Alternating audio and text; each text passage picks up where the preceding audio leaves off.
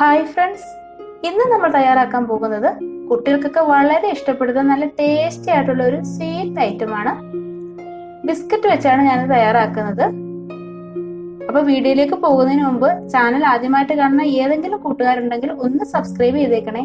Subscribe ചെയ്താൽ മാത്രം പോരാട്ടോ, അടുത്ത് കാണുന്ന ആ ബെൽ ബട്ടണും കൂടി ഒന്ന് ഇനേബിൾ ചെയ്ത് വെക്കുക. അപ്പൊ ഞാനിടുന്ന വീഡിയോസിന്റെ ഒക്കെ നോട്ടിഫിക്കേഷൻ നിങ്ങൾക്ക് കിട്ടുന്നതായിരിക്കും. അപ്പൊ നമുക്ക് നേരെ വീഡിയോയിലേക്ക് പോകാം. അപ്പൊ ഞാനിത് ഉണ്ടാക്കാനായിട്ട് എടുത്തിരിക്കുന്നത് മാരിഗോൾഡിന്റെ ഒരു വലിയ പാക്കറ്റ് ബിസ്ക്കറ്റ് ആണ്. ചെറിയ പാക്കറ്റില് ഒരു 3-4 പാക്കറ്റ് മതിയാകും. എനിക്ക് വലിയ പാക്കറ്റ് കിട്ടിയതുകൊണ്ട് ഞാൻ അത് എടുത്തതേ ഉള്ളൂ. അപ്പൊ നമുക്ക് ഇത് ഉണ്ടാക്കുന്നതിനായിട്ട് ഏത് ബിസ്ക്കറ്റ് വേണമെങ്കിലും ഉപയോഗിക്കാവുന്നതാണ്, പക്ഷെ ക്രീം ബിസ്ക്കറ്റ് ഉപയോഗിക്കരുത്. അപ്പൊ ഈ ബിസ്ക്കറ്റ് നമുക്ക് പൊട്ടിച്ച് ഒരു പ്ലേറ്റിലേക്ക് ഒന്ന് ഇട്ട് കൊടുക്കാം. അപ്പൊ ബിസ്ക്കറ്റ് എല്ലാം ഞാൻ പൊട്ടിച്ച് ഒരു പ്ലേറ്റിലേക്ക് ഇട്ടിട്ടുണ്ട്. പൊടിഞ്ഞ ബിസ്ക്കറ്റ് ഒന്നും എടുക്കരുത്, പൊടിയാത്ത ബിസ്ക്കറ്റ് നോക്കി എടുക്കണം. ഇനി നമുക്ക് ഈ ബിസ്ക്കറ്റ് വെച്ച് ഒരു പരിപാടി ചെയ്യാനുണ്ട്. ഇവിടെ ഞാനൊരു കടായി അടുപ്പത്ത് വെച്ചിട്ട് അതിലേക്ക് 100 ഗ്രാം നെയ്യും 100 ഗ്രാം സൺഫ്ലവർ ഓയിലൂടെ ചേർത്ത് കൊടുത്തിട്ടുണ്ട്. രണ്ടും ഈക്വൽ ആയിട്ടാണ് എടുത്തിട്ടുള്ളത്. നമുക്ക് നെയ്യ് മാത്രം വേണമെങ്കിൽ അങ്ങനെ എടുക്കാം, ഓയിൽ മാത്രം മതിയെങ്കിൽ അങ്ങനെയും എടുക്കാം. നെയ്യ് ചേർത്ത് കൊടുക്കുമ്പോൾ ഒരു പ്രത്യേക ടേസ്റ്റ് കിട്ടും. അപ്പൊ ഇനി നമ്മള് ഈ എണ്ണയൊന്ന് ചെറുതായിട്ട് ചൂടായി വരുമ്പോൾ നമ്മൾ എടുത്തു വെച്ചിരിക്കുന്ന ബിസ്ക്കറ്റ് ഓരോന്നായിട്ട് ഇതിലേക്ക് ഇട്ട് കൊടുക്കുക. നമ്മൾ പ്രത്യേകം ശ്രദ്ധിക്കേണ്ടത് എണ്ണ ഒരുപാട് ചൂടാവരുത്, ഒരു മീഡിയം ലെവലിൽ ചൂടാകുമ്പോൾ ഫ്ലെയിം കുറച്ചിട്ട് കൊടുത്തുകൊണ്ട് നമ്മുടെ ബിസ്ക്കറ്റ് ഓരോന്നായിട്ട് ഇട്ട് കൊടുക്കണം. ഈ ബിസ്ക്കറ്റ് നമ്മളൊന്ന് ഫ്രൈ ചെയ്തെടുക്കുകയാണ് ചെയ്യുന്നത്. ഈ ബിസ്ക്കറ്റ് ഇങ്ങനെ ഫ്രൈ ചെയ്തെടുക്കുമ്പോൾ നമ്മുടെ സ്വീറ്റിന് നല്ലൊരു ടേസ്റ്റ് ആണ്. നിങ്ങൾ ആരെങ്കിലും ഒരിക്കലെങ്കിലും ഇതുപോലെ ബിസ്ക്കറ്റ് ഒന്ന് ഫ്രൈ ചെയ്ത് നോക്കിയിട്ടുണ്ടോ? ഇല്ലെങ്കിൽ ഇതുപോലെ ഒന്ന് ചെയ്ത് നോക്കണം. നമ്മൾ ഉണ്ടാക്കുന്ന ഈ സ്വീറ്റിന് നല്ല ടേസ്റ്റ് ആണ്, പറഞ്ഞറിയിക്കാൻ പറ്റാത്ത ടേസ്റ്റ് ആണ്. അപ്പൊ താണ്ടെ ഒരു സൈഡ് ചെറുതായിട്ടൊന്ന് മൂത്ത് വന്നപ്പോഴേ ഞാൻ ഒന്ന് തിരിച്ചിട്ട് കൊടുക്കുന്നുണ്ട്. ഒരുപാട് ഡാർക്ക് കളറാവാൻ നിൽക്കണ്ട, ചെറുതായിട്ട് ഒന്ന് മൂത്ത് വരുമ്പോൾ തന്നെ നമ്മൾ തിരിച്ചു ഇട്ട് കൊടുക്കണം. നമ്മളിത് കോരി വെച്ചതിന് ശേഷം കുറച്ചുകൂടി ഇരുന്ന് നമ്മുടെ ബിസ്ക്കറ്റ് മൂത്ത് കിട്ടുന്നതാണ്. ഒരു കാര്യം നമ്മൾ പ്രത്യേകം ശ്രദ്ധിക്കേണ്ടത്, ലോ ഫ്ലെയിമിൽ ഇട്ട് കൊടുത്തുകൊണ്ട് വേണം നമ്മളിത് ചെയ്യാൻ, അല്ലെങ്കിൽ നമ്മുടെ ബിസ്ക്കറ്റ് പെട്ടെന്ന് തന്നെ കരിഞ്ഞു പോകും. അപ്പൊ ആ നെയ്യുടെ ഒക്കെ ഒരു സ്വാദാണ് നമ്മുടെ ആ ബിസ്ക്കറ്റിന് കിട്ടുന്നത്. അതെ, ഇതേ രീതിയിലൊന്ന് വന്നിട്ടുണ്ട്, കുറച്ചൊരു ഡാർക്ക് കളർ വന്നിട്ടുണ്ട്. ഈ ഒരു സ്റ്റേജിൽ തന്നെ നമുക്കിത് കോരിയെടുക്കാം. അപ്പൊ ബിസ്ക്കറ്റ് എല്ലാം ഞാനിവിടെ ഫ്രൈ ചെയ്ത് കോരി എടുത്തിട്ടുണ്ട്. നമുക്ക് ഇതേപോലെ തന്നെ ബാക്കി ബിസ്ക്കറ്റും കൂടെ ഫ്രൈ ചെയ്തെടുക്കാം. ഇപ്പൊ കണ്ടോ, നമ്മുടെ ബിസ്ക്കറ്റ് എല്ലാം നമ്മൾ ഫ്രൈ ചെയ്തെടുത്തിട്ടുണ്ട്. കുറച്ചുകൂടി ഇത് നമ്മുടെ ബിസ്ക്കറ്റ് നല്ലൊരു ഡാർക്ക് കളർ ആയിട്ട് വന്നിട്ടുണ്ട്, നല്ല ക്രിസ്പിയുമാണ്.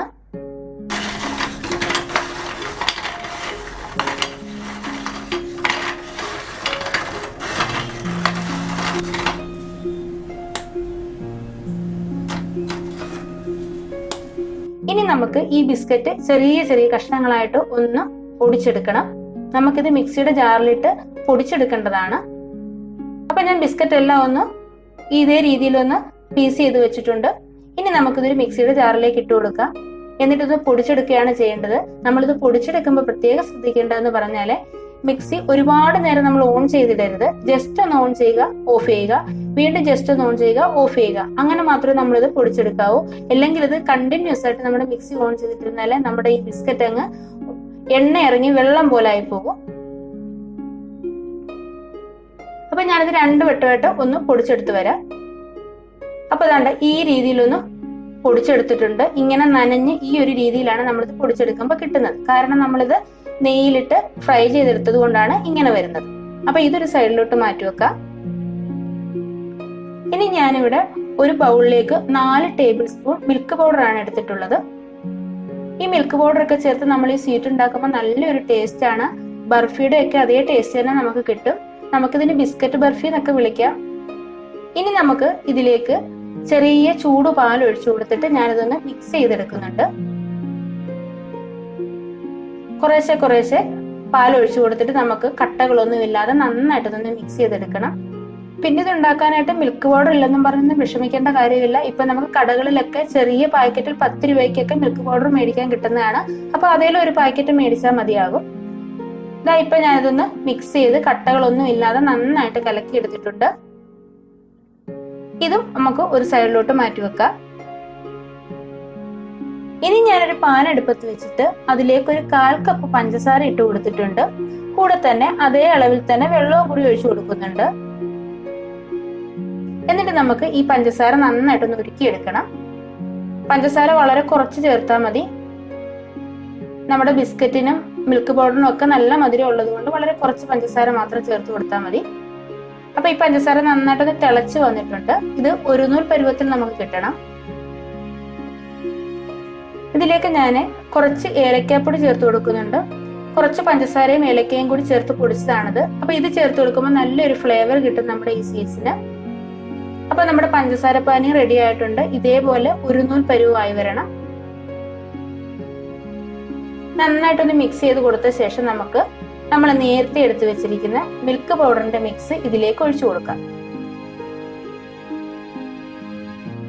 ഫ്ലെയിം വളരെ കുറച്ച് വെച്ച് കൊടുത്തുകൊണ്ട് വേണം നമ്മളിത് ഒഴിച്ചു കൊടുക്കാൻ. ഒഴിച്ചു കൊടുക്കുന്ന പാടെ തന്നെ നമ്മൾ നന്നായിട്ട് ഇളക്കി ചേർത്ത് കൊടുക്കണം. എന്നിട്ട് നന്നായിട്ട് ഇളക്കി ചേർത്ത് കൊടുത്തിട്ട് ഇതൊന്ന് തിളപ്പിച്ചെടുക്കണം. തിളച്ചതാണ്ട് ഇതുപോലെ നല്ല തിക്കായിട്ട് വരും. കൈവിടാതെ തന്നെ നമ്മൾ ഇത് ഇളക്കിക്കൊണ്ടിരിക്കണം, അല്ലെങ്കിൽ ഇത് പെട്ടെന്ന് അടുക്കി പിടിക്കും. മിൽക്ക് പൗഡറും പഞ്ചസാര പാനി ആയതുകൊണ്ട് തന്നെ പെട്ടെന്ന് അടുക്കി പിടിക്കും. അതുകൊണ്ട് കൈവിടാതെ തന്നെ ഇളക്കിക്കൊണ്ടിരിക്കണം.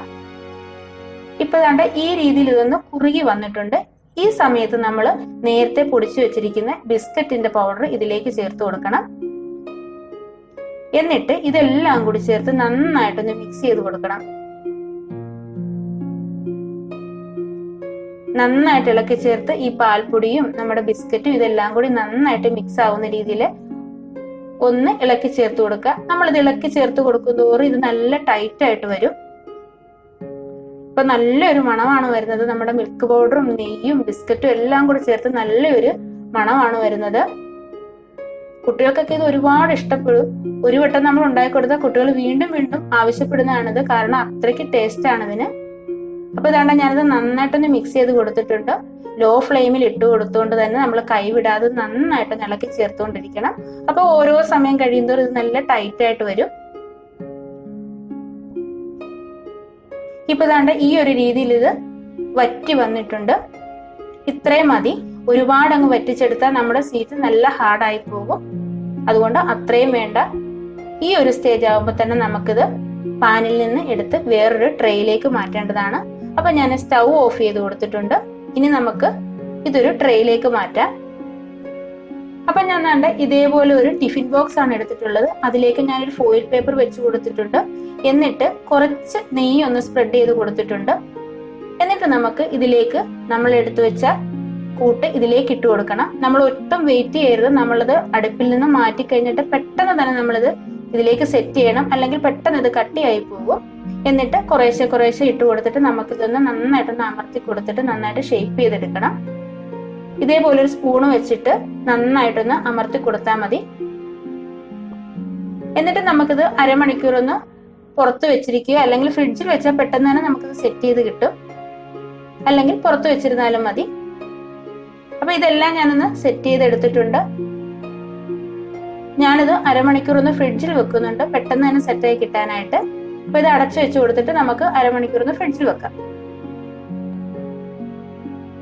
ഇതാ ഇപ്പൊ ഒരു അരമണിക്കൂർ കഴിഞ്ഞിട്ടുണ്ട്. ഞാനിത് ഫ്രിഡ്ജിൽ നിന്ന് വെളിയിൽ എടുത്തിട്ടുണ്ട്. ഇതാ കണ്ടോ, നന്നായിട്ട് സെറ്റായിട്ട് വന്നിട്ടുണ്ട്. ഇനി നമുക്കിതൊരു പ്ലേറ്റിലേക്ക് മാറ്റാം. ഇതേപോലെ ഒന്ന് കമഴ്ത്തി കൊടുത്താൽ മാത്രം മതി. പെട്ടെന്ന് തന്നെ ഇത് ഇളകി വീഴും, കാരണം ഇത് നന്നായിട്ട് സെറ്റ് ആയിട്ടിരിക്കുകയാണ്.